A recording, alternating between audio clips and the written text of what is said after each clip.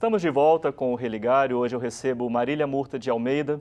Ela é educadora, psicóloga, mestre em filosofia.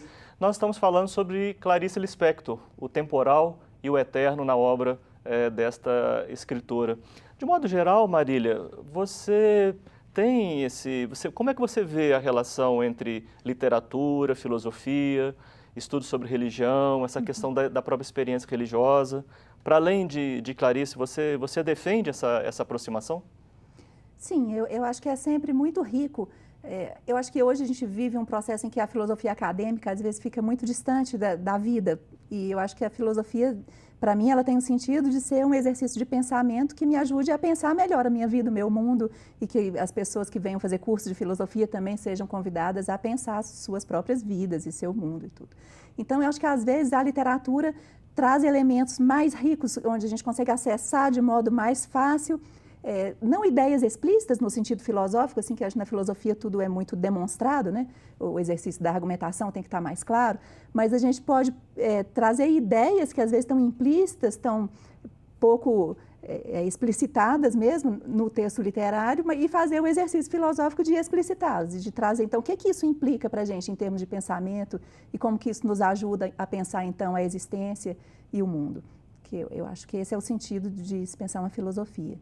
No campo da teologia, acho que é a mesma coisa, assim, pensar a relação com Deus, pensar a presença de Deus na vida como uma possibilidade próxima em que a gente possa ter inspiração aqui e ali na poesia, na literatura, eu acho que faz um caminho muito interessante e traz as ideias mais para perto da gente. Sim. Eu acho que falta muita reflexão sobre o religioso. Aí a gente às vezes acaba ficando com modos de religião, às vezes pouco explorados, né, pouco pensados. Quanto mais a gente pensar sobre isso, eu acho que mais a gente traz esse campo para um terreno mais interessante, mais sofisticado mesmo em termos de ideias, para que o pensamento Sim. fique instigado para pensar qual que é a isso. riqueza, qual que é o limite desse modo de se aproximar da religião?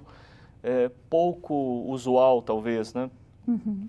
Essa aproximação pelo viés da literatura.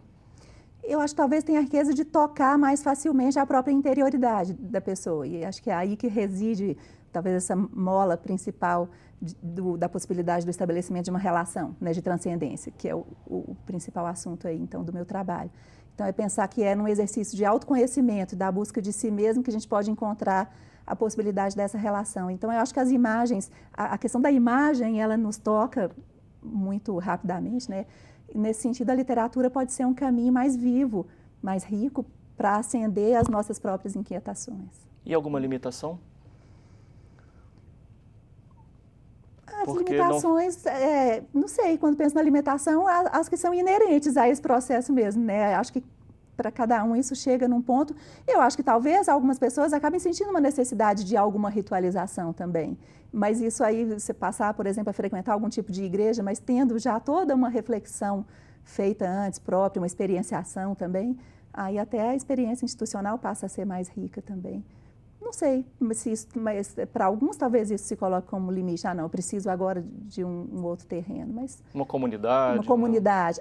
Sim, talvez esteja pensando nisso, né? A limitação da coisa ficar solitária. Mas na medida que a gente faz grupos de estudos e se pretende dar cursos sobre isso, a gente está trazendo pessoas também a refletir juntos sobre isso, e experienciar juntos. Você também se aproximou de Kierkegaard. Aliás, você disse, esse era uma primeira ideia, depois você somou, né, uma série de questões e anseios, né?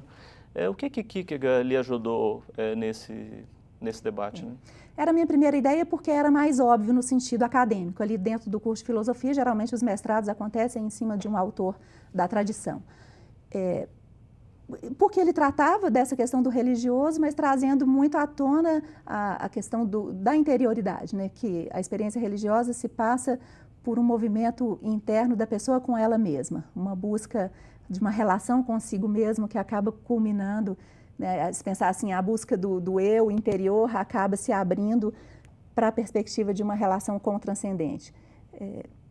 Pensei uma vez assim, né, pensando a partir dos conceitos de Kierkegaard, que a gente pode pensar na interioridade como uma esfera que se abre por dentro, e se abre para a alteridade do Deus e ao mesmo tempo um Deus que te ordena a amar o próximo. Isso está muito na obra do Kierkegaard.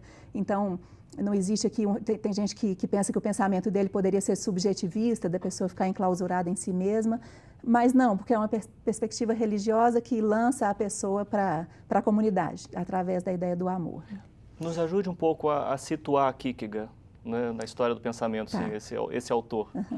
Kierkegaard foi um filósofo dinamarquês que viveu na primeira metade do século XIX e escreveu uma obra enorme, viveu pouco, morreu com 40 e poucos anos, e escreve muito e o tempo todo movido pelo interesse e o objetivo de compreender melhor o cristianismo, um cristianismo que à sua época na Dinamarca era institucionalizado, com uma igreja protestante muito poderosa, misturada com o Estado e tudo, e ele faz era um filósofo desses que estava na rua brigando com as pessoas, brigando com as instituições na sua época e defendendo que o cristianismo era uma religião que propiciava o movimento interno e o encontro consigo mesmo, o encontro com Deus, e que não tinha nada a ver com aquilo tudo que tinha sido instituído de forma histórica pela religião, né, tempo secular. E em termos conceituais, eu acho que ele abre uma coisa muito importante para a gente, que é o conceito de paradoxo. Pensar a religião a partir da ideia de paradoxo. A religião cristã, para ele, estava toda ela... O cristianismo, então, é uma visão de mundo que gira em torno da ideia de paradoxo, porque a própria ideia central do cristianismo, que é a ideia de um Deus que se faz homem, que vem viver na terra, no corpo de um homem, que era um servo, um homem comum, simples do povo, isso já é um paradoxo para a razão humana. A razão humana não consegue compreender isso. Então, é em torno dessa ideia que se deve compreender todo o cristianismo. Mas um outro termo que você usa, e aí você faz associação também com a Clarice, é o tema do amor. Sim. Bom, o tema do paradoxo e o tema do amor. Que lugar tem esse tema do amor na perspectiva do seu trabalho? Aí tem muita coisa, né? Deixa eu pensar por onde eu posso falar disso. Primeira coisa óbvia, eu trato de um romance em que o tema principal dele é o amor, um amor Sim. humano. E quando eu defendi que eu acho que o que acontece com a Lori é uma aprendizagem do amor no sentido da relação com Deus, o que eu acabo defendendo é que esse livro traça um caminho de possibilidade de amor para nós que passa pela abertura ao amor de Deus. Então, é quando ela se abre à experiência de um amor que está voltado para o mundo, de modo geral. Então, você tem experiências na rua, experiência na feira, na beira do mar, em que ela se sente cada vez mais aberta a perceber pequenas instantes onde o mundo aparece mais vivo, né? E ela olha para isso com amor, até chegar ao ponto que ela tem uma experiência que é narrada como uma experiência de estado de graça, em que ela se sente completamente feliz no seu corpo, e como se estivesse ligada ao mundo de forma direta, e ela chama isso de estado de graça, como se tendo sido uma dádiva, algo que ela recebe do Deus. E logo depois dessa experiência, Ulisses considera que ela está pronta para viver o amor dos dois.